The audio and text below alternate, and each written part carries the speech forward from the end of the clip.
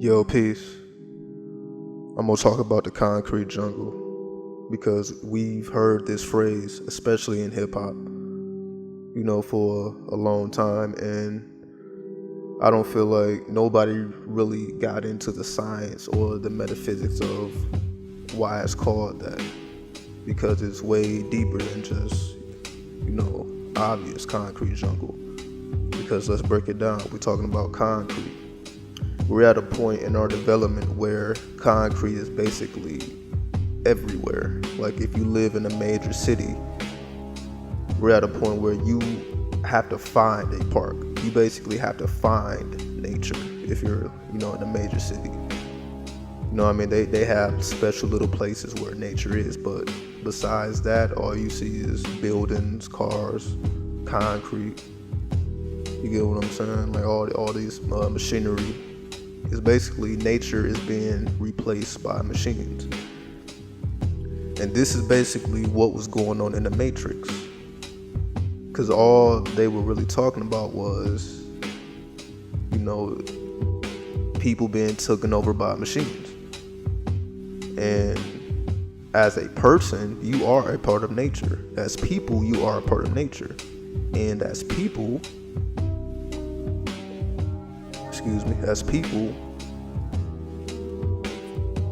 most of the time we looked at as property.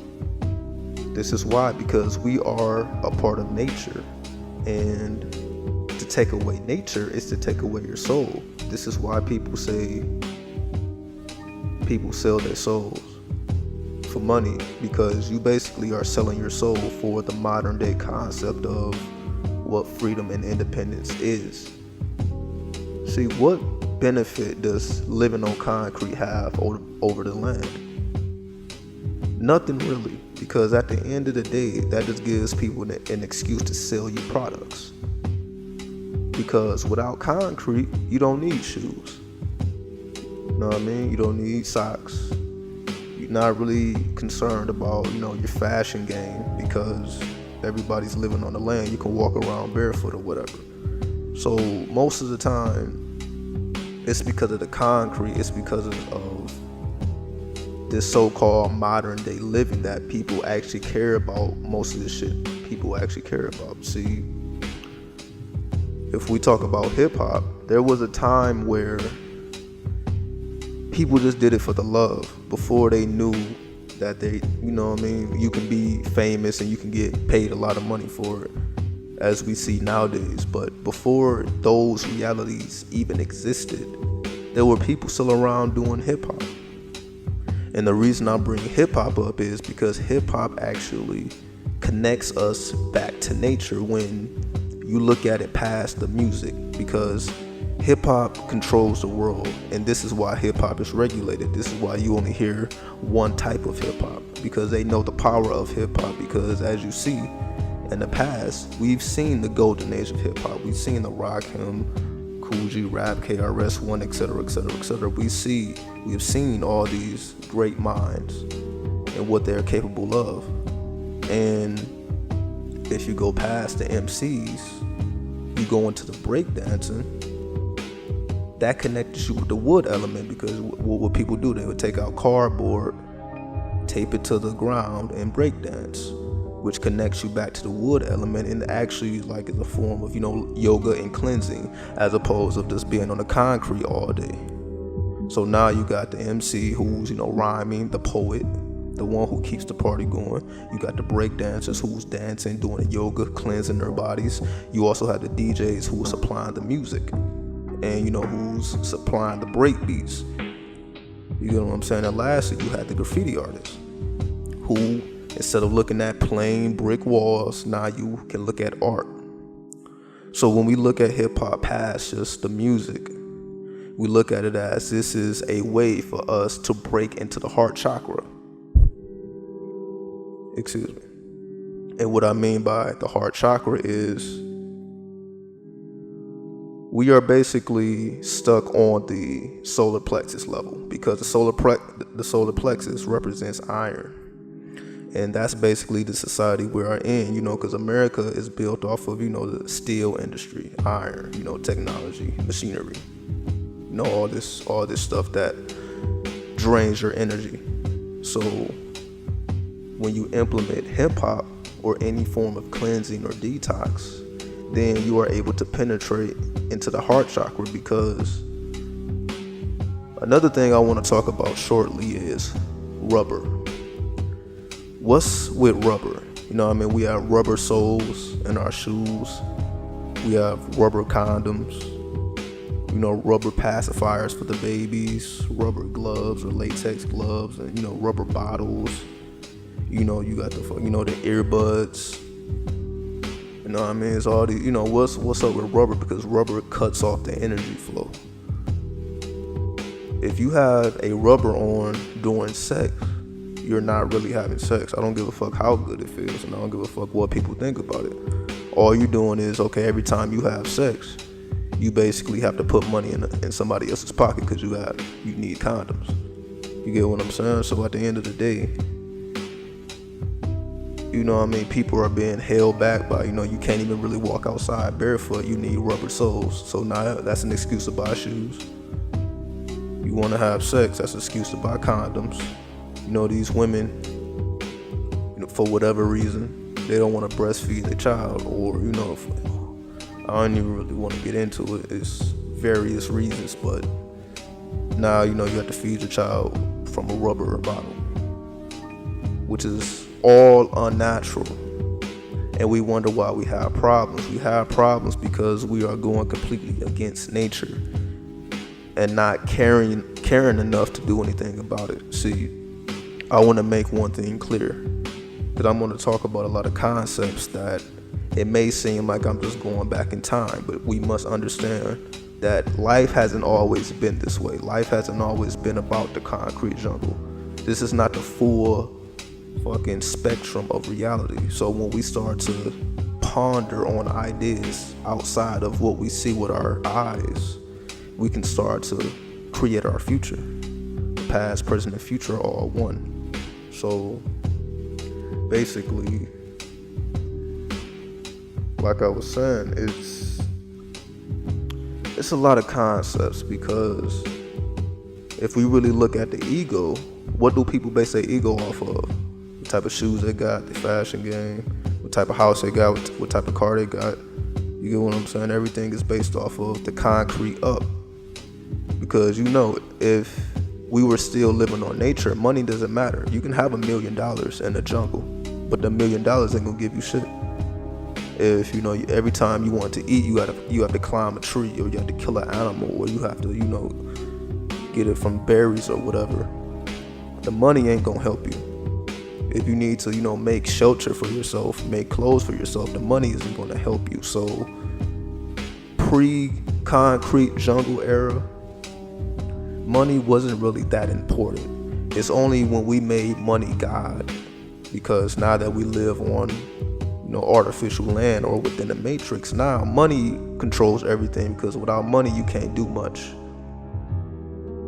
right? So now everybody's about money, because you basically need it at this point to survive, because you can't really just go off in the woods somewhere and just, you know, be free, because it ain't really no nature around like that.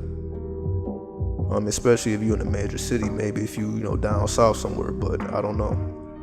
So it's not simple to just say fuck the world and just go off in the woods and be free. Like, it's not that simple. Like, I think, you know, fucking, if somebody sees you, you would probably still get caught up with the cops or whatever, because they don't even want niggas even doing that. So we ain't even gonna get into that. So now we're gonna go into pre-cops, because we were just talking about the cops. So what was going on before cops existed? Because cops have not always been around. So we can just imagine for a minute. Just imagine life without cops. What was going on? Like, how, you know, most people can't even think about life without cops, because, you know, so many people are caught up with what the cops are doing, right? Everybody's concerned with who the cops is killing, what the cops doing, who, you know what I mean, all the fuckery. And I admit there's a lot of fuckery, but at the end of the day, this has not always been in existence.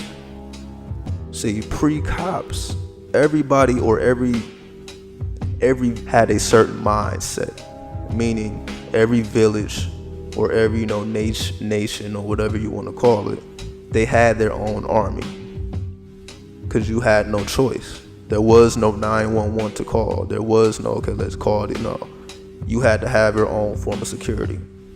Everybody basically within the village played a role. Whatever your skill set was, you basically gave it to the village, and in return, you can live within the village. You just offer your skill set. You know what I mean? And in return, you get shelter. You can have kids. You can, go through the mystery schools or, the traditions, whatever the case. You basically do whatever the fuck you wanted to do in exchange for your skill. Right? Because you wasn't just going to be up in there and not doing anything. So prior to cops existing, death wasn't really a big deal. And what I mean by death wasn't really a big deal, because at the end of the day, you basically never knew what could happen. Somebody can be out hunting and get killed. It may be a rival group or a tribe that you may not like, and they kill somebody, and what, what I mean? So death was a lot more frequent than it is now, because it's like nowadays nobody wants to die, even though nobody wants to get old and be sick for the rest of their days. But that's kind of what everybody's gearing towards, because every time somebody dies young, there's always a problem.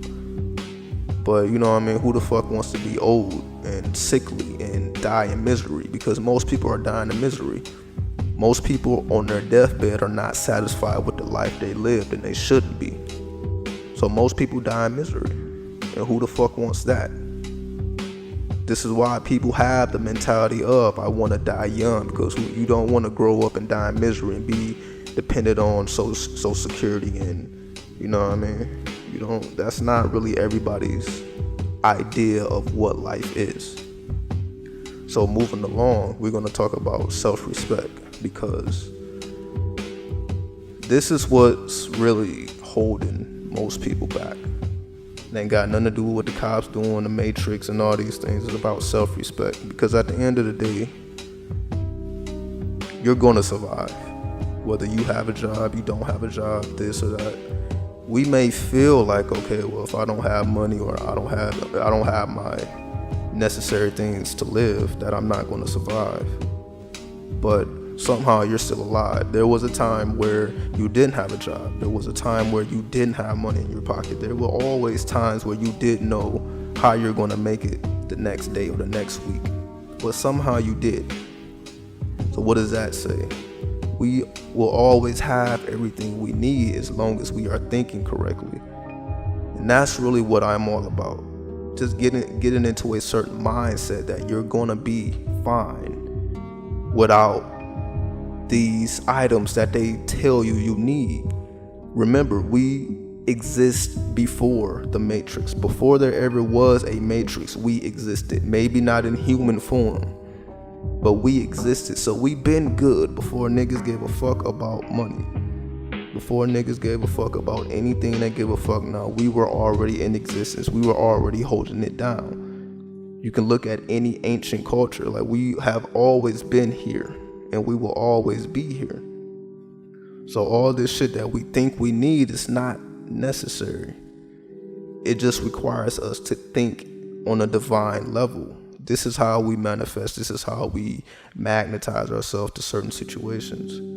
By having a certain thinking pattern or a certain mindset, you will attract or create whatever you want to call it, whatever you need for your survival. You don't have to always resort to a job. Because I know I talk about jobs a lot, but it's not me telling people not to get jobs. It's just telling people to think on a higher level. Because if you feel, well, the only way to make money is a job, then obviously you should think more creatively. Because what's the point of being creative if you're just working for somebody else, not even utilizing your creativity? If you are not utilizing your creativity, you are not utilizing your full potential. And if you're not utilizing your full potential, then you should not be satisfied with life. And you should question your self-respect, because why are you not utilizing your creativity if you are creative? We are all creative beings, so why not be creative? And we already know that this can lead to freedom and success. We've seen it all throughout hip-hop, all throughout, musicians, all through, anything creative. So we know it's possible, but nobody really talks about it. As I was talking about in my last video, everybody's still, on this gotta be a doctor, gotta be a lawyer thing. But at the end of the day, you have a better chance of being a hip-hop artist than, a super high-paid lawyer. You have a better chance of being a creative than being like everybody else. You have a better chance of being successful by being yourself than just being what everybody else wants you to be. You get what I'm saying? So as long as you can wrap your head around that, you can be cool. See, another thing about the village mindset is,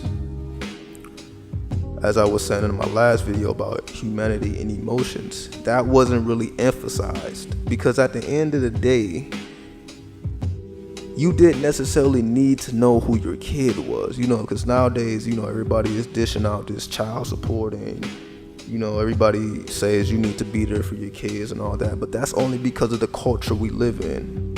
Because nowadays we live in a culture where most people don't even know who their neighbors are. But within the village, everybody looked out for each other. So at the end of the day, everybody was good. It wasn't okay, well, where's your parents? Like, if somebody didn't have a shirt on, then somebody in the village would pull you to the side and put a shirt on you. If you didn't have something, then somebody would give it to you. So you didn't have any worries. But nowadays, it's all about, well, where's your parents? Where's your parents? Where's your parents? And most of the time, it's only one parent. You get what I'm saying? Because, motherfuckers having relationship problems, and we're just in a culture that is against nature. So it's not surprising. It's not surprising that relationships are not working out and people are stressed at jobs, because it's completely unnatural. We are on concrete. We are stuck on the solar plexus level. So of course, people are going to be stressed.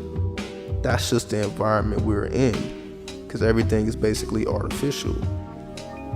Now, the whole point of the village mindset is, if everybody's good, it's not necessarily necessary for everybody to know who everybody's parents are, because we down south you had a lot of people who would take in kids that would just kind of wander into the property. You would have people who own property, and occasionally a kid may be lost or whatever,